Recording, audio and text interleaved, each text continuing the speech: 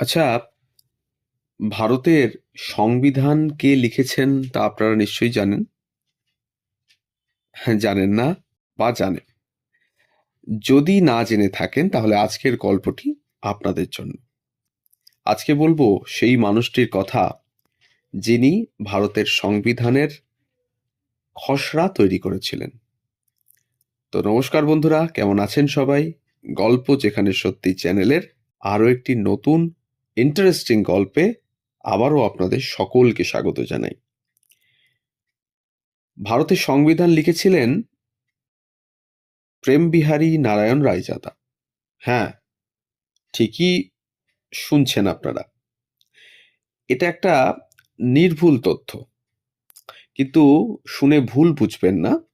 ভারতীয় সংবিধানের জনক অর্থাৎ আহ, উপদেষ্টা এবং যিনি মূল বক্তব্য সামনে আনেন তিনি আর কেউ নন, ডক্টর বি.আর. আম্বেদকর। তার কৃতিত্ব কোনো মতেই কেড়ে প্রেমবিহারীকে দেওয়ার কথা হচ্ছে না এখানে। তাহলে হচ্ছেটা কি? হচ্ছে প্রেমবিহারী রায়জাদা তিনি ছিলেন ভারতীয় সংবিধানের প্রথম খসড়ার লিপিকার। মানে তিনি নিজে হাতে করে লিখেছিলেন এই খসড়াটি তার সুন্দর হস্তাক্ষরের মাধ্যমে। খসড়াটি ছিল সম্পূর্ণরূপে হাতে লেখা এবং সেই হস্তাক্ষরের খসড়াটি মালিক ছিলেন এই প্রেমবিহারী রায়জাদা।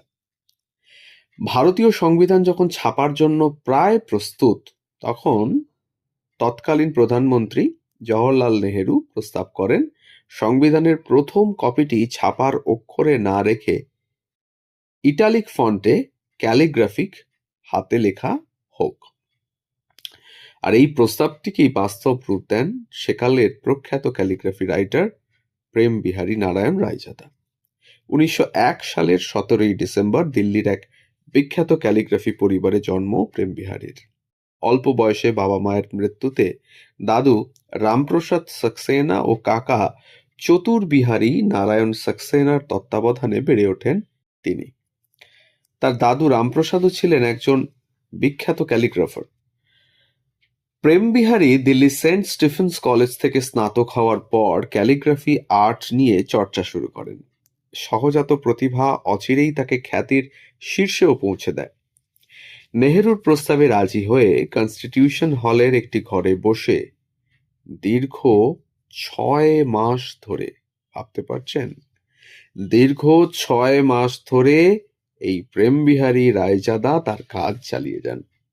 সংবিধানটি লিখতে 251 পাতা পার্চমেন্ট কাগজ ব্যবহৃত হয়েছিল এবং লেখার জন্য ব্যবহৃত সমস্ত নিবগুলি নিয়ে আসা হয়েছিল বিলেত থেকে, কোনোটা ইংল্যান্ড থেকে, কোনোটা চেকোস্লোভাকিয়া থেকে।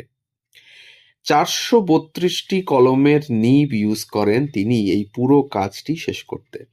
এবং কাজটি শেষ হওয়ার পর পাণ্ডুলিপিটির ওজন হয় কত জানেন?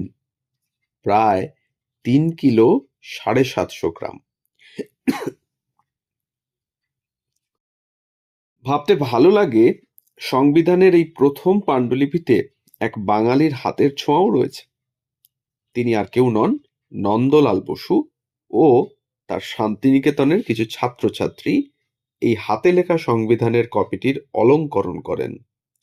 নেহেরুর নির্দেশে তৎকালীন ভারতের রাষ্ট্রপতি রাজেন্দ্র প্রসাদের সঙ্গে প্রেমবিহারী শান্তিনিকেতনে আসেন এবং কাজের গতি প্রকৃতি কেমন হবে, পাতার কতটা অংশ জুড়ে লেখা ও কতটা অংশে অলংকরণ থাকবে, এই সমস্ত বিষয় নিয়ে নন্দলাল বসুর সঙ্গে তার আলোচনাও হয় দীর্ঘক্ষণ।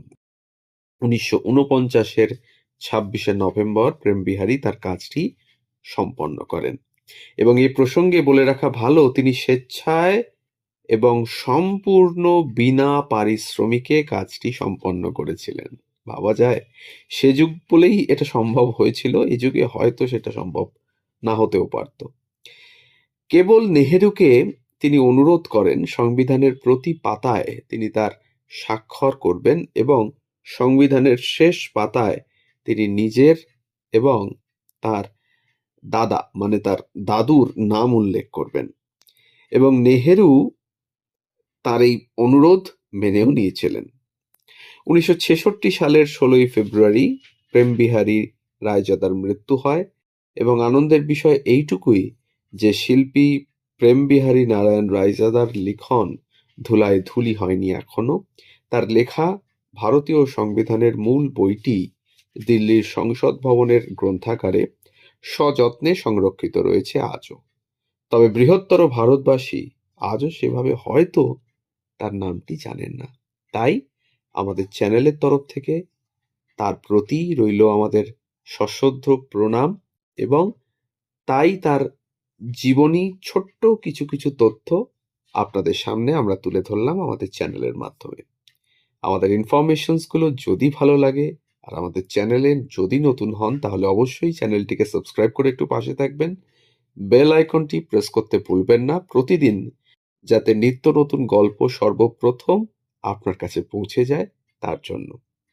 আর যদি ভালো লাগে আবারও মনে করিয়ে দিই, একটা লাইক, একটা কমেন্ট আর একটু শেয়ার করে দেবেন আমাদের গল্পগুলো, যাতে আমরা পৌঁছে যেতে পারি আরো অনেক মানুষের কাছে।